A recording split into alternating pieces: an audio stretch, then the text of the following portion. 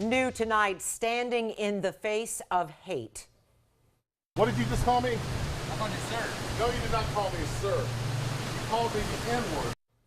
This video quickly spread around the world on the internet and through social media. One man hurling racial slurs at WBTV reporter Steve Crump while he was on assignment in Charleston. The encounter was caught on camera by one of our photographers. Well, tonight it has reignited a conversation about race in our communities. We wanted Steve to share his story, though we should warn you, some may find the language offensive. But we thought it was important to confront the N-word head on in a similar way that Steve stood up to that man who called him the derogatory word.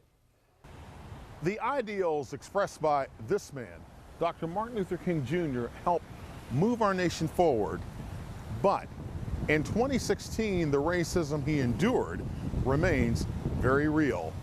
I experienced it recently firsthand while on assignment in Charleston, South Carolina, covering Hurricane Matthew.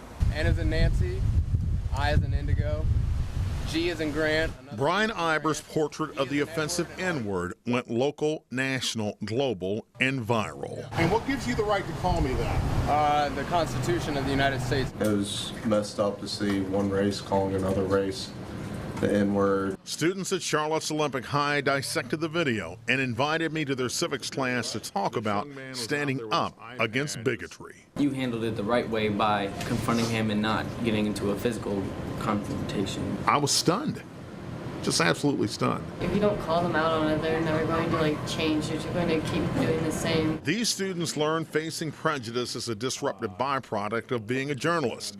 And back in 1981, CBS Sunday Morning showcased one of my earliest experiences. On the day the Klan appeared in South Georgia, Route 82 was a highway of contrasts. Down the road from Willacoochee in a farmer's field was blatant racism. A reporter from Savannah was barred from covering the event. We'll go over there. I'll talk to Mr. Wilkerson. Okay, we were invited to this as a news event. That's me 35 years ago getting the boot. Months later, the KKK eventually opened the door, and the hooded men were far more polite than Brian Ibers. I wasn't taunted with any racial slurs. You're ignorant, so you really are a nigger then. He didn't know social justice was a focal point of my documentaries or how my craft has been influenced by so many civil rights activists. All he saw was my dark skin from his place of perceived privilege, just blocks away from where 9 African Americans were murdered at Mother Emanuel AME by suspected gunman Dylan Roof. You're acting niggardly. And what are you? I'm Caucasian. I didn't grow up as a sharecropper. 92-year-old Mildred Sadler of Gastonia lived decades under Jim Crow rule. After reading one Charlotte Observer article connected to the case, she called me in tears. Many people think those ugly things and think that we are less than, but they don't say it. Responses mainly positive, but one hate-filled email delivered a threat.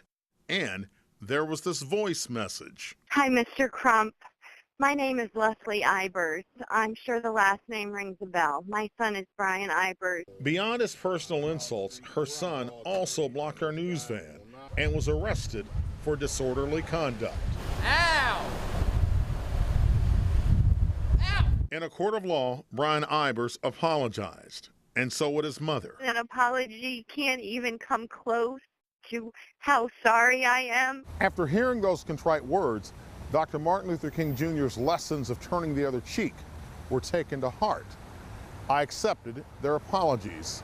Meanwhile, Brian Ibers has been ordered into rehab to deal with his personal problems and his hostility aimed at my personal humanity.